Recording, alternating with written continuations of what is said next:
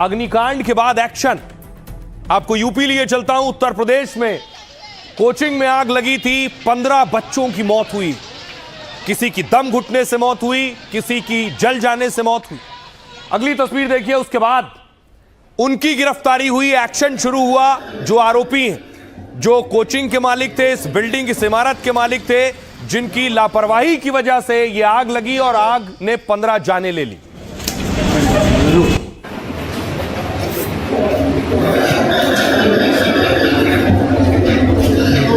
और उसके बाद मौके पर खुद रक्षा मंत्री राजनाथ सिंह पहुंचे, अस्पताल पहुंचे। ये तस्वीर आप देख रहे हैं उस अस्पताल की जहां पीड़ित और जो लोग जले हैं वो भर्ती हैं।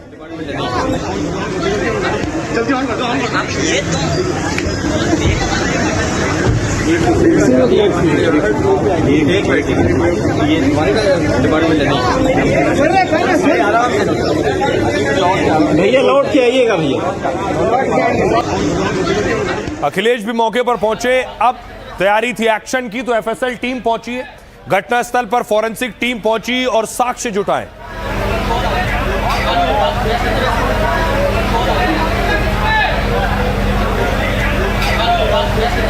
और बाकायदा सरकार ने, शासन ने एसआईटी बनाई है, स्पेशल इन्वेस्टिगेशन टीम, वो भी मौके पर पहुंची है जिस कोचिंग में आग लगी।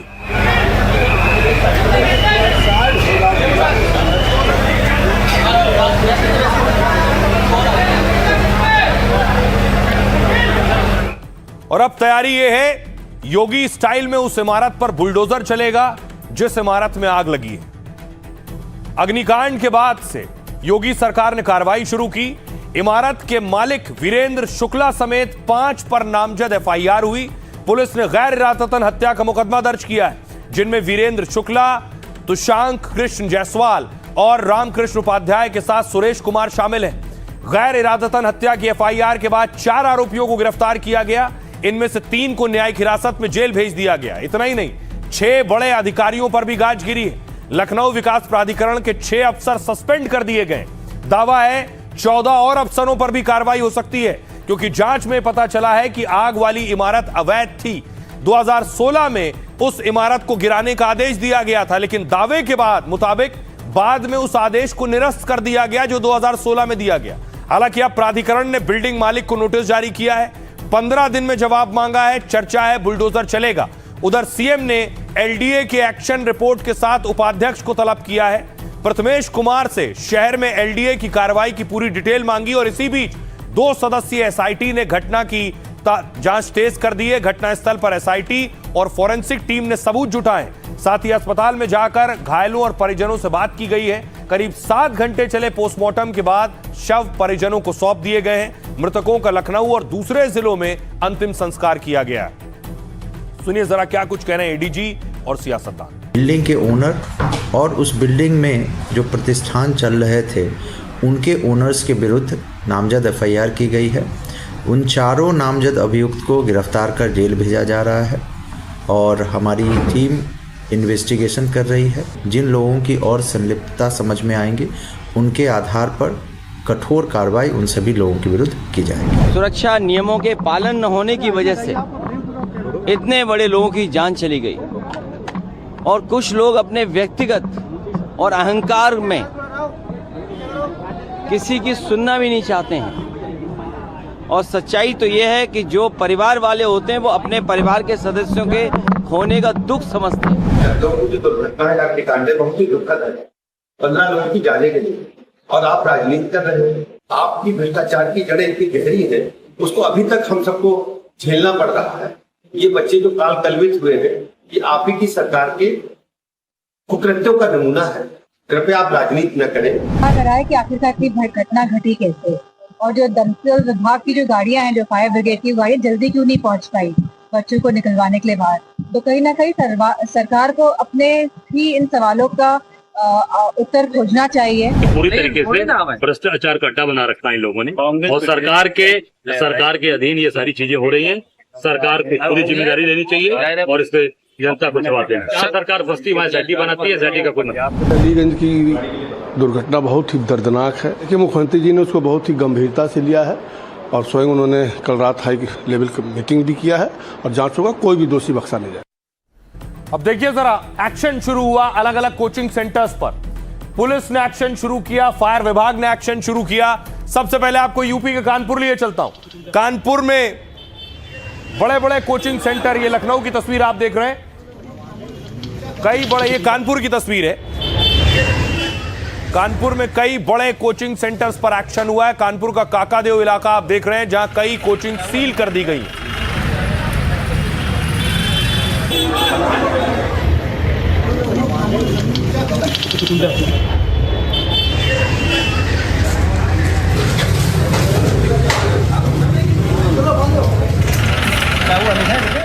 कानपुर के अलावा अब आपको लिए चलता हूं गाजियाबाद। गाजियाबाद में भी कोचिंग सेंटर में पुलिस ने दबिश दी। पुलिस पहुंची है और वहां जाकर पुलिस ने एक एक चीज जांची है कि आग लगने पर क्या इंतजाम है कोचिंग में।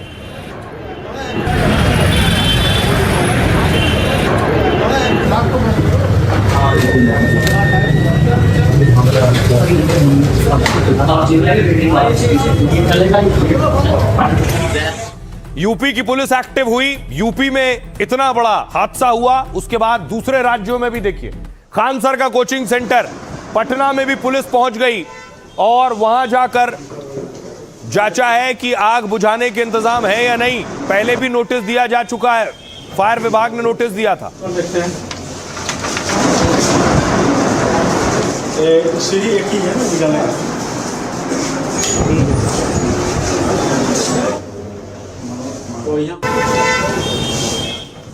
न सिर्फ बिहार, आपको पटना के बाद लिए चलता हूं राजस्थान। जयपुर में भी देखिए कोचिंग सेंटर में पुलिस पहुंची है और पुलिस ने कई कोचिंग को सील किया है।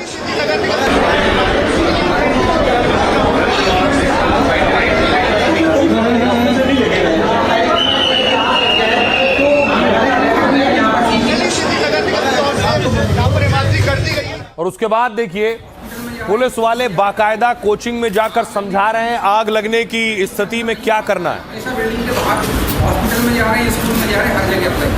आग लगने की कंडीशन में कभी भी बिल्डिंग के अंदर नहीं भागना है। हमेशा बिल्डिंग के बाहर कोशिश करें। हॉस्पिटल में जा रहे हैं, स्कूल में जा रहे हैं, हर जगह अप्लाई। आग लगने की कंडीशन में कभी भी बिल्डिंग के अंदर नहीं भागना है। अब आइए आपको बताऊं, न सिर्फ यूपी बल्कि देश के अलग अलग राज्यों में कोचिंग सेंटर्स पर बाकायदा चेकिंग हुई है। शायद ये और पहले होनी चाहिए थी, लेकिन हादसे से सबक लिया। उत्तर प्रदेश में 20 से ज्यादा शहरों में कोचिंग होटलों में छापेमारी हुई। वाराणसी, मेरठ, मथुरा, फर्रुखाबाद में एक्शन हुआ। 40 से ज्यादा कोचिंग और होटल को सील कर दिया गया। कानपुर में देखिए शहर में 17 से ज्यादा कोचिंग सेंटर्स पर ताला जड़ दिया गया है। कोचिंग मंडी कहे जाने वाले काकादेव में बड़ी कार्रवाई की गई। यहां कोचिंग, होटल्स और इमारतों के मालिकों ने को बुलाया गया। नियमों का पालन न करने वालों पर एक्शन लेने को कहा गया। गड़बड़ी में मिलीभगत करने वाले अफसरों पर भी कार्रवाई होगी। नोएडा में देखिए अग्निकांड के बाद बड़े अफसर मैदान पर उतरे। यहां कई कोचिंग और गेमिंग जोन पर एक्शन हुआ। नियम तोड़ने वाले संस्थानों पर ताला लटका दिया गया। प्रयागराज में खान सर के कोचिंग सील कर दी गई है। आरोप है कि कोचिंग के निर्माण में नियमों का उल्लंघन हुआ है। पटना में देखिए यूपी के साथ बिहार में भी खान सर की कोचिंग पर एक्शन हुआ है। खान ग्लोबल स्टडीज में फायर सेफ्टी विभाग ने छापा मारा। पटना की ज्यादातर कोचिंग संस्थानों में जांच की गई। जयपुर में, राजधानी जयपुर में कोचिंग में पड़ताल हुई है। फायर सेफ्टी की जांच की गई और कई संस्थानों को सील किया गया है। सुनिए जरा क्या कुछ कह रहे हैं अधिकारी और छात्र क्या कह रहे हैं। कोचिंग चूँकि ये मानक पूरा नहीं कर रहा है, सामुदायिक सुविधा भूपयोग में स्वीकृत नहीं है, इसके कोई भी मानक सामुदायिक सुविधा भूपयोग के अंतर्गत नहीं है, इस वजह से इसको सील किया जा रहा है। और इससे पूर्व हमने 3 कोचिंग संस्थान सील किए हैं, सुपर क्लाइमैक्स, टारगेट ऑन और एग्जाम। सेफ्टी को तो लेकर डर लगता है क्योंकि इन लोगों का एग्जिट एक ही होता है, एंट्री भी एक ही होता है और सेफ्टी प्रोटेक्शन भी, प्रोटोकॉल भी ये लोग फॉलो नहीं करते।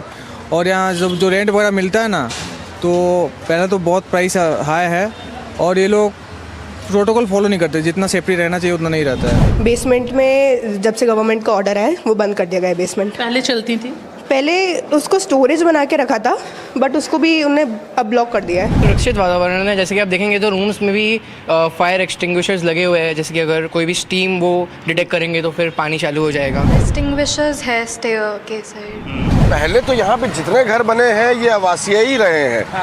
और फिर धीमे धीमे जैसे रोजगार बढ़ता रहा है तो यहाँ पे लोगों ने कमर्शियल एक्टिविटीज करना चालू कर दी है। जब स्पेस होएगी, मानकों के आधार पे अगर बिल्डिंग बनेगी तभी तो बच्चा या कोई इंसान निकल पाएगा।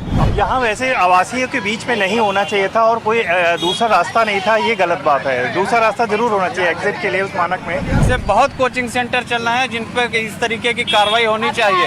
एक बच्चे की जान कीमत क्या 5 लाख रुपए है। जिनके परिवार के बच्चे मर गए हैं उनको क्या भरपाई करी जा सकती है? इस तरीके के जो मकान मालिक हैं इनके ऊपर घोर कठिन से कठिन कार्रवाई होनी चाहिए। नक्शे बनी है, छोटी जगह सकरी जगह में कोचिंग है, निकासी का एक रास्ता है, बच्चे फंस गए अंदर। अब बड़ी बात यह है, कोचिंग पर छापे हो रहे हैं, रेड हो रहे हैं, एक्शन हो रहे हैं, लेकिन एक लापरवाही ने 15 जिंदगियां खत्म कर दी। कोचिंग के अंदर की आपको तस्वीरें उस बिल्डिंग के अंदर की ये आप देख रहे हैं जिसमें आग लगी थी, क्योंकि अंदर न सिर्फ कोचिंग थी, कई और स्टोर्स भी थे अंदर। लेकिन जिन मां बाप ने अपने बच्चों को खो दिया उनके आंसू रुकने का नाम नहीं ले रहे। परिवार वालों का रो रो कर बुरा हाल है, बेसुध है परिवार।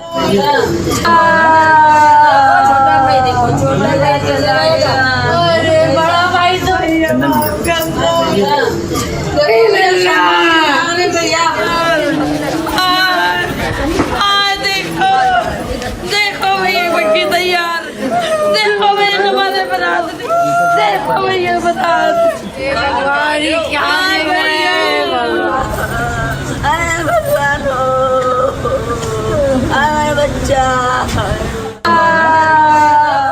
तस्वीरें वाकई हृदय विदारक हैं। कहीं चिताएं जल रही थीं, कहीं सुपुर्दे खाक किया जा रहा था छात्रों को। ये वो तस्वीरें आप देख रहे हैं।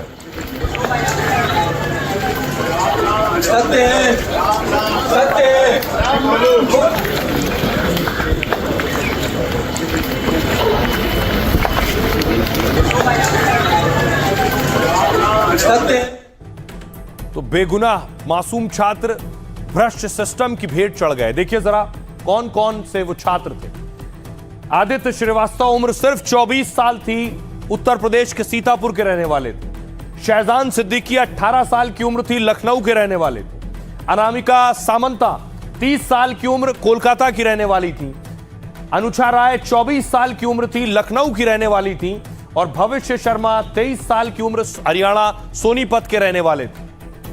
सौमल्या बेरा 24 साल के थे, बंगाल के साउथ 24 परगना से। संयम विज 28 साल की उम्र थी, कानपुर के रहने वाले थे। सूरज सिंह 27 साल के थे, कानपुर के थे। सुखमणि सिंह सिर्फ 24 साल के थे, लखनऊ के ही रहने वाले थे। ज्योति 26 साल उम्र थी, लखनऊ की रहने वाली थी। 15 छात्रों की जाने गई। मोहम्मद अम्मार 24 साल उम्र थी, बाराबंकी के थे। ये सब लोग पढ़ने के लिए, कोर्स करने के लिए, एनिमेशन ग्राफिक्स का कोर्स करने आए थे। नीलेश कुमार 27 साल के थे, लखनऊ के रहने वाले। अनूपपुर एमपी के रहने वाले थे। जयनील चक्रवर्ती 26 साल उम्र थी। अब्दुल रहमान 22 साल के, लखनऊ के रहने वाले थे। और सागर पंत लखनऊ से थे, 28 साल उम्र थी। इन लोगों ने जब ये फंसे हुए थे तब ये अपने घर वालों को फोन लगा रहे थे। घर वालों के जहन में, उनके कानों में अभी भी अपने बच्चों की आवाजें और उनके साथ बिताया वो आखिरी लम्हा है। सुखमणि सिंह, उनके पिता ने बताया करीब 2 बजे बेटे का फोन आया। उसने कहा पापा आग लग गई है, मुझे बचा लो, मैं फंस गया हूं।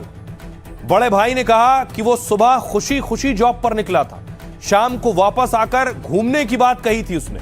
अचानक दोपहर में पिता को कॉल आई, फिर सब कुछ बदल गया। मोहम्मद अम्मार, ऐसा ही वाकया अम्मार के परिवार वालों ने भी बताया। कहा घटना से पहले अम्मार ने कॉल करके बता दिया था यहां सब फंस गए हैं, अब निकलने का रास्ता नहीं है। मोहम्मद शहजान, उनके भाई इजहार अली ने बताया कि शाहबाज ट्रेनिंग ले रहा था और आग लगी तो उसने फोन करके बताया कि अंदर फंसा हुआ है। जान बचाने बाथरूम में गया लेकिन फिर बाहर नहीं आ सका। आदित्य श्रीवास्तव, उनकी बहन निशा को भाई की मौत का दर्द सताता रहेगा, क्योंकि दोपहर 2:30 बजे आदित्य ने उन्हें फोन कॉल किया था, लेकिन निशा ने कहा मैं उसका कॉल रिसीव नहीं कर पाई। निशा के मुताबिक आग में उनका एक और भाई फंसा, वो कूद गया। उसने आदित्य को भी कहा लेकिन वो नहीं कूदा।